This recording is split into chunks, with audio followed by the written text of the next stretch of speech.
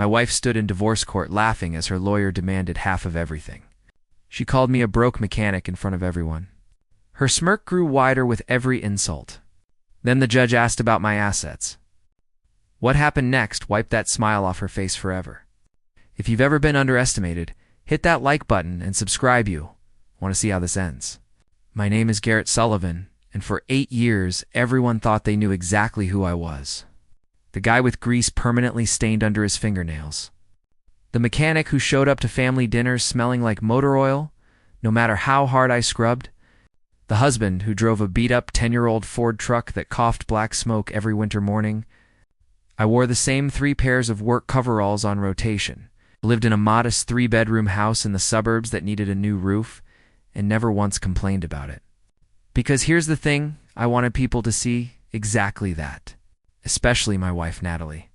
Natalie was beautiful, ambitious, and completely obsessed with status. She worked as a real estate agent, showing million-dollar homes to clients, while coming back to our little house that she called embarrassing at least twice a week. She'd walk through the door, toss her designer purse, one of the few expensive things she owned, onto our worn couch, and sigh like the weight of the world was crushing her. My client just bought a lake house as their 3rd property, she'd say, scrolling through her phone. Meanwhile, we can't even afford to renovate our kitchen. I'd just nod, wiping my hands on a rag, and tell her we needed to keep saving, build slowly, be smart about money. She hated that answer.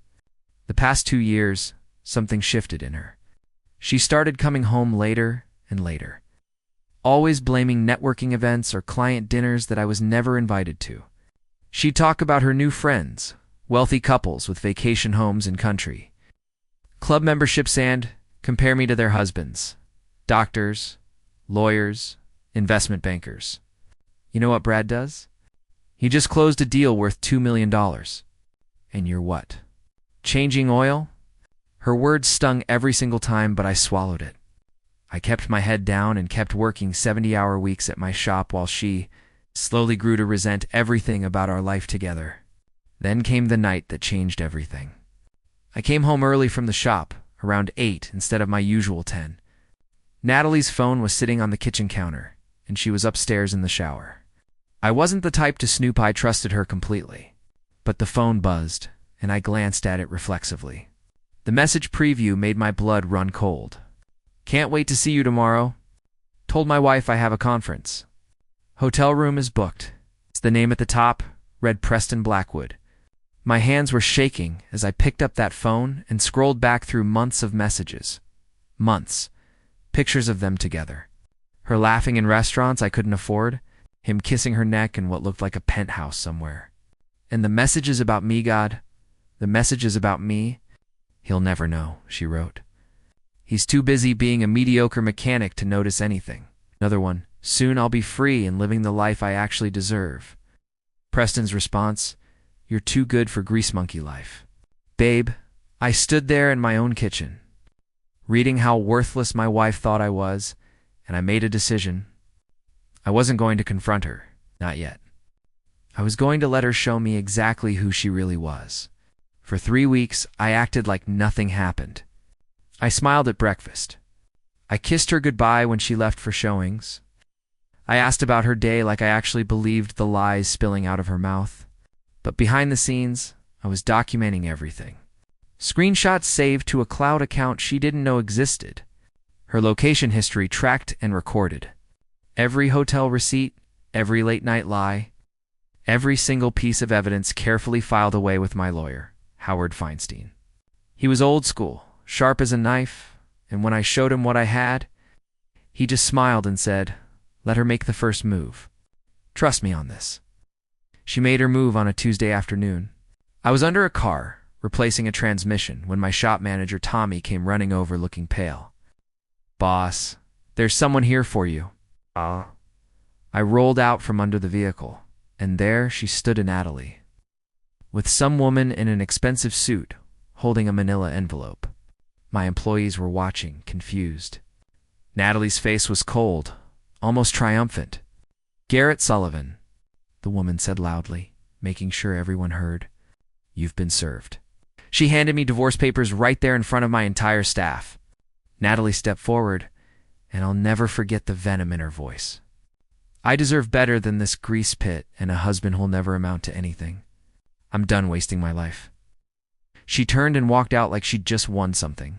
Her lawyer, Victoria Chennai, I'd learned her name later, had a reputation for being absolutely ruthless in divorce cases. The papers demanded 50% of everything I owned, plus 5 years of alimony to maintain the lifestyle she'd become accustomed to. I almost laughed at that part. What lifestyle? Our basic suburban existence that she complained about constantly. Within a week, Natalie moved out completely, and she didn't even try to hide where she went. She moved directly into Preston Blackwood's luxury penthouse downtown, the one with floor-to-ceiling windows and a view of the entire city. Suddenly, her social media exploded with photos, designer dresses, expensive restaurants, her sitting in a brand-new Mercedes that Preston clearly bought her. My friends started sending me the pictures, their messages full of sympathy. Man, I'm so sorry. Can't believe she's flaunting it like this. You deserve better. Bro. Preston was everything I apparently wasn't. Mid-40s, wealthy developer. The kind of guy who wore $1,000 suits and talked loudly about his investment portfolio at dinner parties. He loved showing off, and Natalie was his newest trophy. They weren't hiding anything anymore. Why would they? In her mind, she'd escaped her loser husband and upgraded to the life she always wanted. My friends kept telling me to fight back, to expose the affair publicly, to destroy her reputation. But Howard's advice kept echoing in my head. Patience, Garrett. Let her get comfortable. Let her think she's winning. So that's exactly what I did. I agreed to mediation, played the reasonable guy who just wanted things to be fair. And I watched Natalie dig her own grave deeper with every passing day, having absolutely no idea what was coming. The mediation was a complete disaster, exactly as Howard predicted.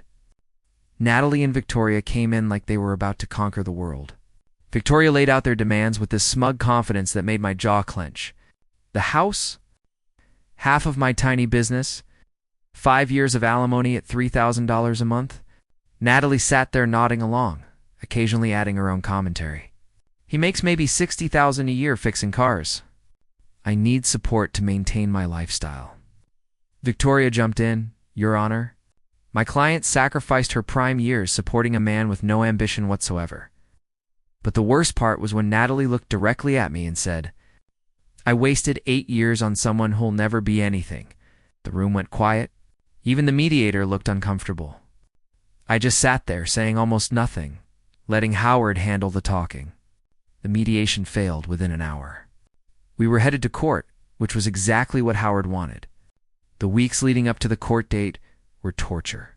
Preston started showing up everywhere outside mediation sessions, waiting in his expensive car like he owned the world.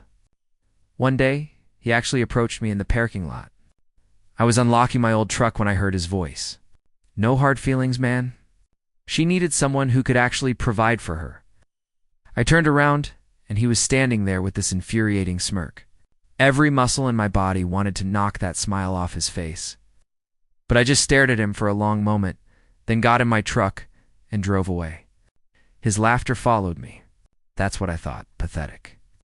When the court date finally arrived, I showed up in my usual simple clothes-clean jeans. A button-down shirt, nothing fancy. I looked tired because I was tired. Natalie arrived like she was walking a red carpet. Designer outfit, jewelry dripping off her wrists, and neck-all gifts from Preston, I'm sure.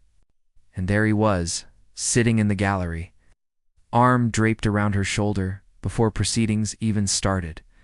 Both of them whispering and laughing like they were at a social event. Victoria's opening statement painted me as this unmotivated, poor provider who held Natalie back from her true potential.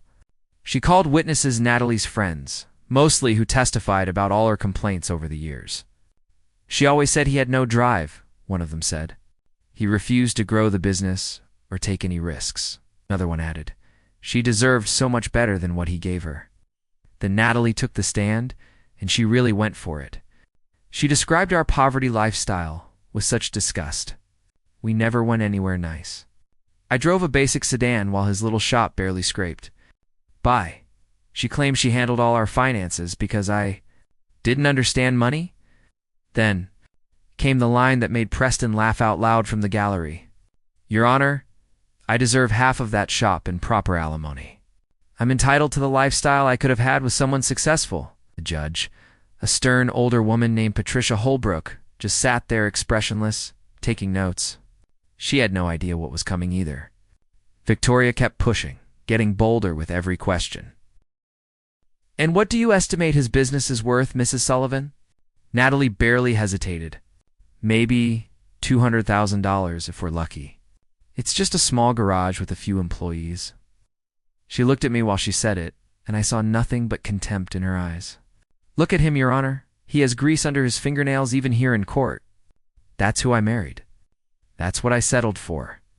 The gallery actually laughed. Preston's laugh was the loudest, echoing through the courtroom like this was all some kind of comedy show. Judge Holbrook's face remained completely unreadable. Mrs. Sullivan, is there anything else you'd like to add? Natalie sat up straighter, confident now. Just that I want what's fair, Your Honor. Half of his little shop, and enough support to rebuild the life I should have had.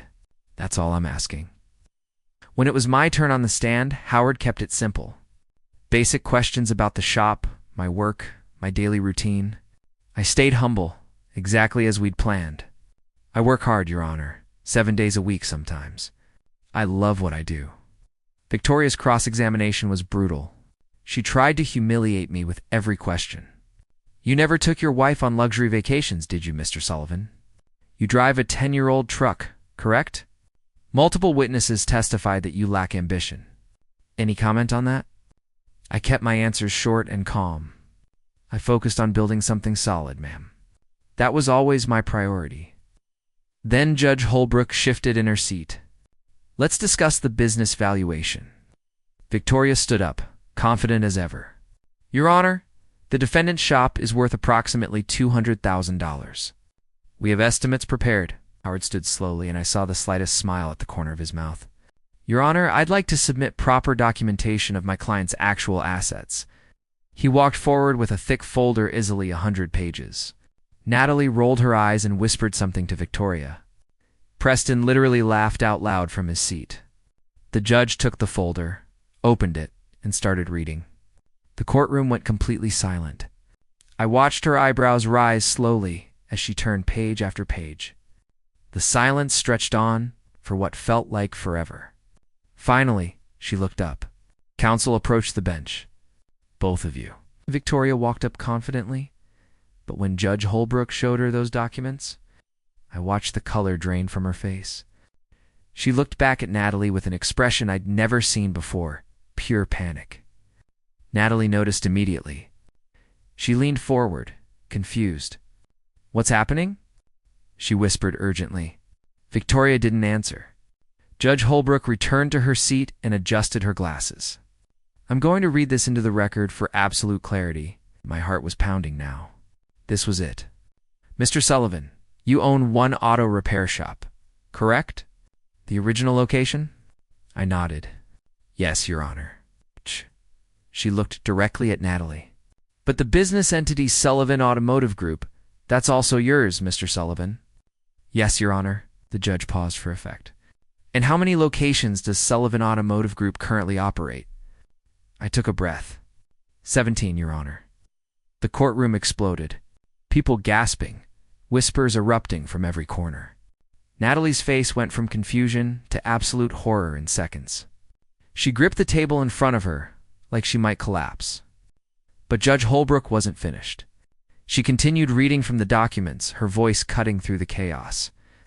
17 high-end luxury auto repair and restoration facilities across 3 states, specializing in vintage and exotic car restoration for private collectors and enthusiasts. She paused, looking directly at Natalie. Annual revenue, $8.3 million. Net worth of the business entity, $4.2 million. Personal assets, including commercial properties, $2.1 million. Natalie stood up, her chair screeching against the floor. That's not possible, she screamed. He's lying. There's no way. Judge Holbrook slammed her gavel. "Mrs. Sullivan, sit down immediately or I will hold you in contempt." But Natalie was spiraling, turning to look at me with pure rage and disbelief. "You lied to me. You've been hiding this the entire time." The judge demanded order, and once the room quieted, she looked at me. "Mr. Sullivan, would you care to explain this to the court?" I took a deep breath. This was the moment I'd been waiting for. "Your Honor, I started with one small shop 13 years ago. I used every penny of profit to expand slowly and quietly. I kept my original location and worked there personally because I never wanted to lose touch with where I came from. The other 16 locations are high-end facilities. We restore Ferraris, Lamborghinis, Porsches, classic cars for collectors worldwide. I kept it quiet, lived simply. I wanted to build something real and substantial before I ever celebrated it." Natalie's voice cracked as she screamed again. "You let me think we were You let me suffer." Judge Holbrook glared at her. "Mrs. Sullivan, your suffering seems to have been self-imposed, based on what I'm seeing here." Howard Stood again. "Your Honor, there's one more matter." He presented another folder. Evidence of Mrs. Sullivan's extramarital affair with Mr. Preston Blackwood, spanning 14 months. He laid out the text messages, the photos, the hotel receipts, everything I'd been collecting. These messages show Mrs. Sullivan mocking her husband while conducting this affair, planning to take half of assets she believed were minimal. The texts were read aloud. Her words about me, about my grease-stained hands, about how I'd never amount to anything. Every cruel message echoed through that courtroom. I glanced back at Preston. He was trying to quietly slip toward the exit. Judge Holbrook noticed. "Mr. Blackwood, sit down. You're not going anywhere." He froze, then slowly returned to his seat, his face pale. Victoria tried objecting, tried salvaging something, but it was over. Judge Holbrook had seen enough. "Mrs. Sullivan, you committed adultery while attempting to defraud this court. You mocked your husband publicly while plotting to take half of everything, assuming he had little." She looked down at her notes. "Here's my ruling. Mrs. Sullivan receives nothing. No assets, no alimony, nothing. Furthermore, she will vacate the marital home immediately, and she will pay Mr. Sullivan's legal fees in the amount of $47,000. Gavel came down with a finality that echoed through my entire body. Natalie collapsed into her chair, sobbing uncontrollably. Her hands covered her face as her whole body shook. No, she kept repeating. "This can't be happening." Victoria was already packing up her briefcase, avoiding eye contact with her client completely. The case was lost, and she knew it. As people started filing out of the courtroom, Natalie's sobs turned to rage. She stood up, screaming at me across the room. "You set me up. You knew everything, and you just waited. You're a monster." Judge Holbrook had already left, so there was no one to stop her outburst now. Preston finally stood from the gallery, looking uncomfortable. "Nat, we need to talk outside." She whipped around to face him. "You said you'd take care of me. You promised me everything would be fine." Preston shifted his weight, his confidence completely gone. I thought you were getting millions in the settlement. This changes things." "You have to understand what?" Natalie's voice cracked. "That you only wanted me because you thought I'd be rich?" Preston didn't answer. He just looked away, and that silence said everything. Outside the courthouse, Natalie grabbed my arm as I walked past. Her grip was desperate, her eyes wild. "How could you hide this from me? I'm your wife." For the first time through this entire ordeal, I let myself feel the anger I'd been burying for months. "You called me a failure every single day, Natalie. For years, you made me feel worthless while you were sleeping with him." I pointed at Preston, who was standing by his car. "I didn't hide anything from you. You never asked. You never believed in me. You never even saw me as human, just as an obstacle to the life you thought you deserved." Her hand dropped from my arm. "But I loved you, no," I interrupted. "You loved the idea of money. You loved status. You never loved me." I started walking away, and she called after me, voice breaking. "Garrett, please." I didn't turn around. A week later, I heard through mutual acquaintances that Preston broke it off with her. Apparently, he'd wanted a wealthy divorcee to show off, not someone with nothing who owed $47,000 in legal fees. Natalie had to move in with her parents at 32 years old. The scandal affected her reputation so badly that her real estate firm let her go clients. Didn't want to work with someone involved in such a public mess. Her social media went dark. All those photos of the luxury lifestyle, the designer clothes, the expensive restaurants deleted. Everything she thought she'd gained disappeared faster than it had appeared. Meanwhile, I went back to work. Same coveralls, same grease under my fingernails, same humble routine. But now, for the first time in 8 years, I felt free. The weight of her judgment, her constant disappointment, her cruelty was finally gone.